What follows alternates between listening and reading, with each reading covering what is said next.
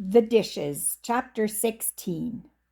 While Grandma and I visited her old home, I discovered many things I had never seen before. One of them was a big double wooden door that sloped from the back porch down to the ground. It had two metal hinges on it and large rusty-looking rings. I asked Uncle Roy what a door was doing there. "That's the door to the old root cellar," he said. "We don't use it anymore, but when your grandma and I were young, it was used to store food that needed to be kept over the winter. We can look down there if you want to." Uncle Roy grasped one of the rings and pulled the big creaky door back. He started down the old wooden stairs, and I timidly followed. "Where are the lights?" I asked. "No lights down here," Uncle Roy laughed. "We carried a lantern when we needed light." The cellar was dark and earthy smelling, and it was several moments before I could see anything. I finally made out some shelves along one wall and a hard dirt floor. It was pleasantly cool after the warm sun outside. Ma kept her canned fruit and vegetables on those shelves, said Uncle Roy. She also had baskets of apples and potatoes and onions. This was a mighty handy place. Uncle Roy chuckled. "You might ask your grandma what else it was handy for," he said. I wasted no time in tracking down Grandma. "Grandma, Uncle Roy said to ask you what the root cellar was handy for. What did he mean?" "That Roy," Grandma said, "he doesn't forget much that I did wrong, does he? I guess he wants me to tell you about a day that I was very naughty. I don't know as I ought to tell you that one." "Oh, please, Grandma," I begged. "You couldn't have been very naughty. Tell me about it." Grandma sat down on the bed with a box of things to sort and started the story. "It happened one day when I was about your age," she said, "old enough to know better. Right after breakfast, Ma was called to see a neighbor who was sick. 'Mabel,' she said, 'I'm afraid you will have to do the dishes alone. I'll have to hurry because I want to be back before dinner time. They won't take long if you'd get right at them.' 'Oh, Ma,' I moaned, 'Sarah Jane is coming this morning, and we wanted to take our dolls down to the creek to play. Do I have to?' 'I'm sorry,' said Ma, 'but it can't be helped. You're a big girl and you can help out a little. Finish your breakfast now and get started on the dishes.' I slowly finished my bread and jam, thinking how unfair life was, while Ma went to get ready. I was still sitting at the table when she left in the buggy for the neighboring farm. Reluctantly, I got up and began to clear the table. I hadn't moved very many dishes before Sarah Jane appeared at the door. She carried her doll and was ready. "Come on, Mabel," she said. "Let's hurry. We have to make our playhouse." "I can't, Sarah Jane," I said. "I have to do the dishes first. Ma had to go away." "Do them when we come back," Sarah Jane suggested. "They'll wait until then. I can only stay till dinner time." "Oh, I couldn't do that," I said. "Ma wouldn't like it. She wants the kitchen cleaned up first thing in the morning."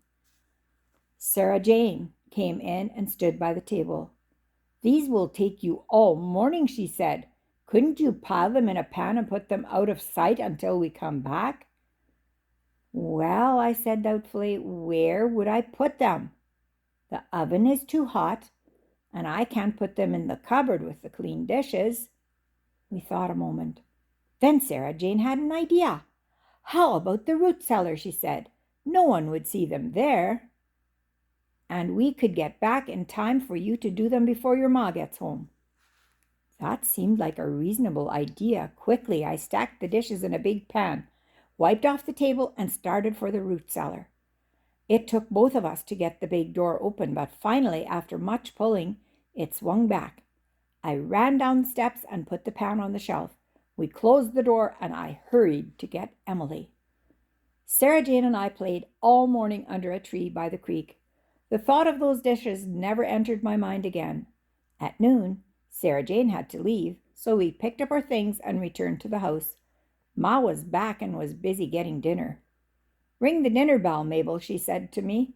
"Pa and the boys are way at the back lot today. They'll need to get ready to eat." I rang the bell, then washed and helped Ma set the table. Pa and the boys came and we sat down to eat. About halfway through the meal, Ma went to the cupboard for a dish. "Now, where's that little platter?" she said. "It must have something on it in the pantry."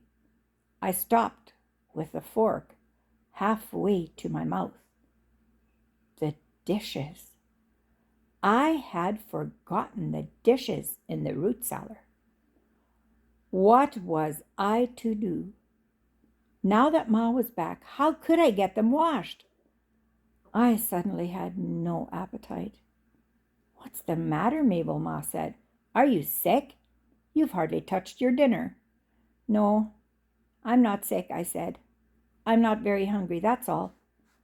"You probably spent too much time in the sun this morning," said Ma. "You'd better stay in the shade this afternoon." I intended to stay in the shade of the root cellar, as soon as I could get there without being seen.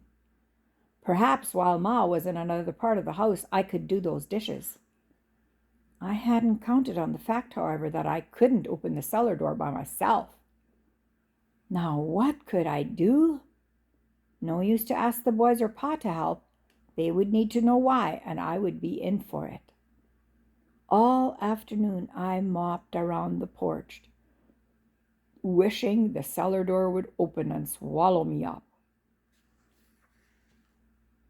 By supper time, Ma was alarmed by my actions. When I couldn't eat, she was sure I was sick. Directly after family prayer, my Pa, as usual, prayed that the Lord would bless Mabel and help her to be a good child. Ma hurried me off to bed. She was sure I was coming down with something. I tossed and turned in my bed. Why had I listened to Sarah Jane? What would happen when Ma found out? What made me such a wicked little girl? After what seemed hours to me, I could stand it no longer. I crept down to the kitchen, threw myself into Ma's lap, and sobbed loudly. Ma was startled. Whatever was the matter? With much sniffing, I told her the story. "Those dreadful dishes are still in the root cellar, and I couldn't get them out." Ma took me in her lap. She was very sorry to hear that I had been disobedient. However, I seemed to have suffered enough over it, so she wouldn't spank me. I did have to be punished, though. I would not play with Sarah Jane any more that week. My heart was so much lighter that the punishment didn't seem too bad. I returned to bed with a clear conscience and a resolve to be a better girl in the future. You really do feel better when you obey your father and mother, like the commandment says. And were you better, Grandma? Didn't you ever do anything naughty again? I asked. Grandma laughed. I wish I could say I didn't, but that wouldn't be true. I didn't hide any more dirty dishes, though.